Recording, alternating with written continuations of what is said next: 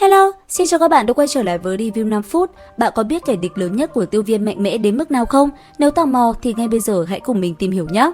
Nhân vật chính mà mình muốn nhắc đến trong video này đó là Hồn Thiên Đế, nắm vai trò là nhân vật phản diện mạnh nhất đấu phá thương khung. Hắn chính là tộc trưởng hồn tộc, một trong viễn cổ bát tộc. Hồn Thiên Đế được đánh giá là kẻ tàn nhẫn, hung ác và không từ bất cứ thủ đoạn nào để đạt được mục đích. Sở hữu thiên phú và huyết mạch cường đại, hắn là kẻ thứ hai trở thành đế trên đấu khí đại lục với danh xưng huyết đế. Hàng ngàn năm trước, khi còn là tộc trưởng đương nhiệm của hồn tộc, Hồn Thiên Đế đã là một trong 5 cường giả mạnh nhất đại lục lúc bấy giờ.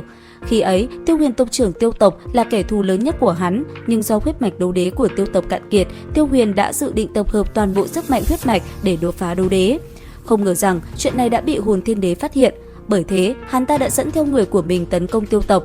Đó được coi là một cuộc chiến đẫm máu nhất đại lục lúc bấy giờ. Trong trận chiến sinh tử ấy, Tiêu Huyền với thực lực cửu tinh đấu thánh hậu kỳ đã quyết định tự bạo để đồng quy vu tận với đối thủ. Thế nhưng sinh mệnh Hồn Thiên Đế chưa tận, gã ta chỉ bị trọng thương mà thôi.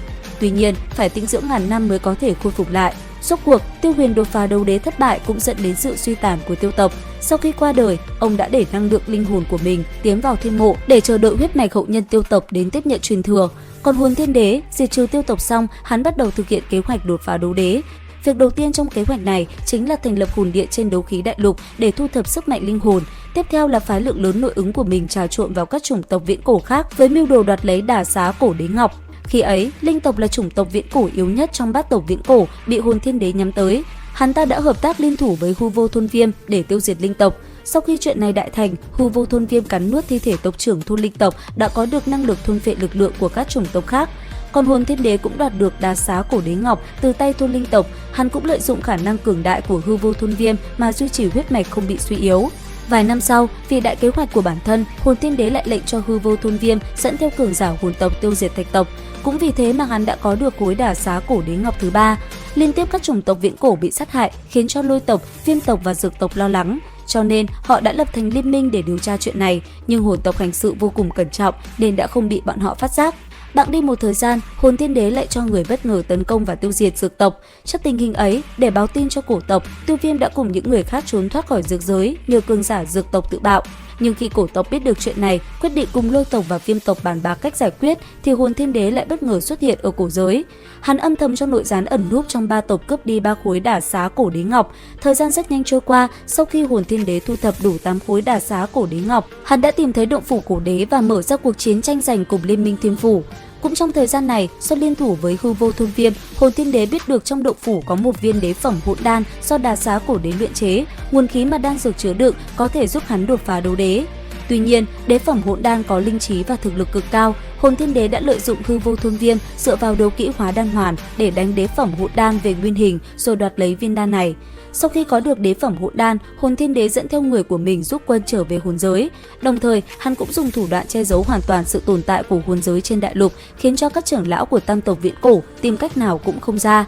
Tiếp đó, hắn cưỡng ép nuốt vào đế phẩm hỗn đan, đồng thời dùng toàn bộ hậu duệ của Dược tộc, Thạch tộc, Linh tộc và Hồn tộc cùng sinh mạng của một nửa Trung Châu làm cái giá để thúc đẩy đế phẩm hỗn đan chín muồi. Cũng từ đây, Hồn Thiên Đế lập mặt xé bỏ hợp tác với Hư Vô Thôn Viêm. Không chỉ vậy, tên gia hỏa này còn quyết định nuốt chửng Hư Vô Thôn Viêm để làm bản nguyên chi hỏa của mình. Sau đó, lần lượt xuất quan, đem người đến thi triển trận pháp Phệ Linh Tuyệt Sinh trận tắm máu Trung Châu, biến nơi đây trở thành tử vong chi địa. Trước tình hình ấy, Tiêu Viêm dấn thân vào thiên mộ tiếp nhận truyền thừa cổ đế với hy vọng tìm được cơ duyên đột phá đấu đế chống lại Hồn Thiên Đế. Thời gian rất nhanh trôi qua, gần 1 năm sau, tại thời điểm Hồn Thiên Đế chính thức tấn phong thành đấu đế, thì Tiêu Viêm cũng đột phá sau hắn ta một chút. Trận chiến song đế cuối cùng cũng diễn ra, dưới sự kêu gọi của Viêm Đế Tiêu Viêm, Hư Vô Thôn Viêm trong cơ thể Hồn Thiên Đế đã được triệu hồi hòa nhập vào dị hỏa trong cơ thể Tiêu Viêm và ngưng tụ thành dị hỏa hằng cù xích. Trước tình thế ấy, Hồn Thiên Đế thi triển tuyệt kỹ của hồn tộc Trảm Đế trận, Trảm Đế Quỷ Huyết Nhận, đồng thời lấy phần lớn cường giả hồn tộc làm vật hiến tế, nhưng vẫn không thể đánh bại Tiêu Viêm. Rõ ràng, một kẻ dựa vào đan dược để trở thành đấu đế, quả nhiên không thể đạt tới trình độ thượng thừa. Trong khi đó, Tiêu Viêm là người tiếp nhận truyền thừa, hơn nữa còn tĩnh tâm tu luyện bên trong thiên mộ gần 3 năm, mà Hồn Thiên Đế chỉ trải qua chưa tới nửa canh giờ thì sao có thể đấu lại được, đúng không các bạn? Cuối cùng, Tiêu Viêm tự thiêu đốt đấu đế chi thể để cưỡng ép phong ấn Hồn Thiên Đế trong dị hỏa của mình và cầm đầu liên quân tấn công vào hồn giới tiêu diệt hoàn toàn tộc nhân của hồn tộc. Thời gian trôi qua, huyết đế dần dần bị hỏa luyện hóa trong bóng tối. Đó là cái kết của Hồn Thiên Đế, đồng thời cũng là cái kết hoàn mỹ của đấu phá thương khung. Video đến đây là hết. Xin chào và hẹn gặp lại các bạn ở những video tiếp theo.